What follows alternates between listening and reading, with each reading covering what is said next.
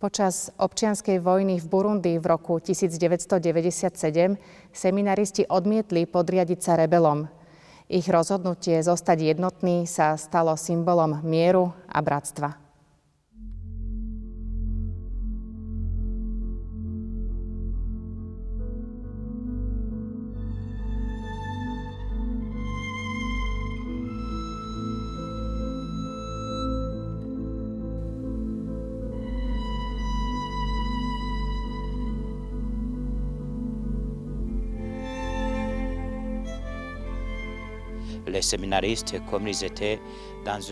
Títo mladí muži študovali v diecéznom seminári. Boli preto vedení a vychovávaní k bratstvu, k láske a k jednote. Denne slávili Eucharistiu, mali rôzne formačné stretnutia a venovali sa duchovnému čítaniu. To všetko prispievalo k tomu, aby vo svojom živote uskutočňovali evanjeliové posolstvo, ktorého podstatou je láska k blížnemu.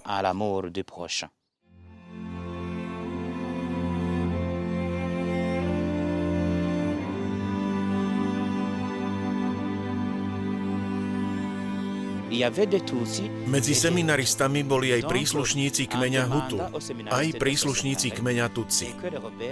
Keď rebeli ráno okolo 5:00 vtrhli seminaristom do nocľahárne, kričali na nich, aby sa podľa kmeňov rozdelili do dvoch skupín.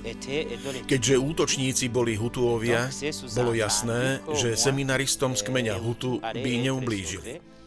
Všetkých Tutsiov by však povraždili, alebo by ich minimálne zmrzačili.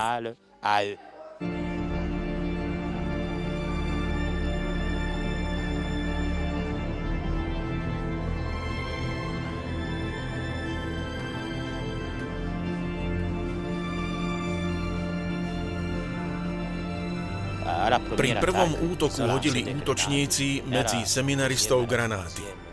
O niekoľko minút sa rebeli vrátili a tých, čo prežili, postrieľali. Predtým ale znovu vyzvali chlapcov, ktorí prežili výbuch granátov, aby sa rozdelili podľa etnickej príslušnosti na dve skupiny, Hutuov a Tutsiov. Tvrdili im, že im dávajú druhú šancu a že keď sa nerozdelia ani na druhú výzvu, tak ich všetkých pozabíjajú mačetami. Ale seminaristi aj napriek týmto hrozbám rozdelenie odmietli.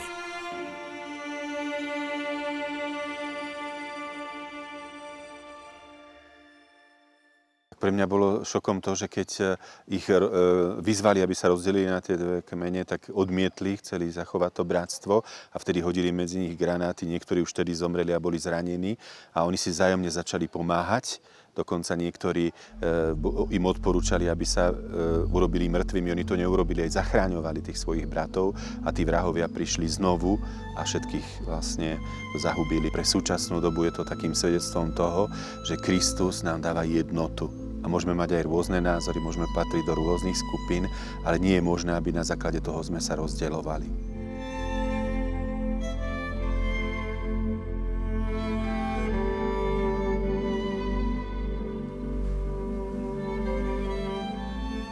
Celui-ci, je l'ai enseigné en 10e année.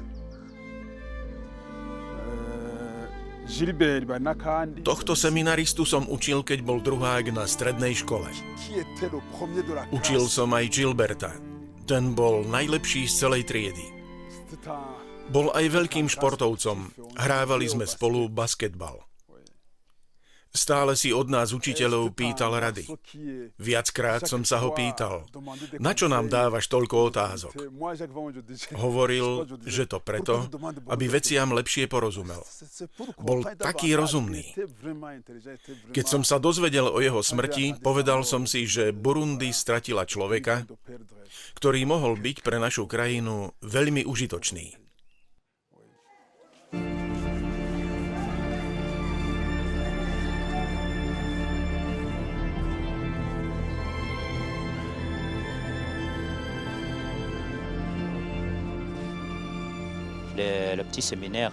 Malý seminár mal 244 študentov, ale rebeli zabili 40 seminaristov. Tí, ktorí masaker prežili, podali svedectvo, čo sa v tú noc odohralo na internátnej izbe. Keď chlapci zomierali, z ich úst zaznievali slová podobné Ježišovým slovám na kríži, ktorými odpúšťal svojim mučiteľom. Otče, odpusť im, lebo nevedia, čo robia. Zomierali so slovami požehnania a odpustenia voči svojim katom.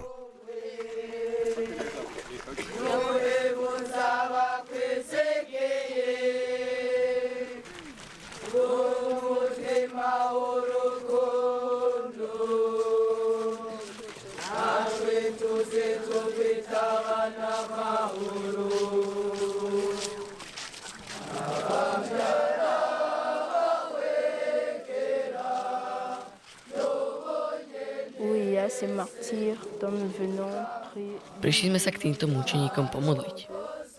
Modlím sa k ním a prosím ich o príhovor, aby mi pomáhali v štúdiu, aby sa modlili za mňa, za moju rodinu a aj za mojich priateľov.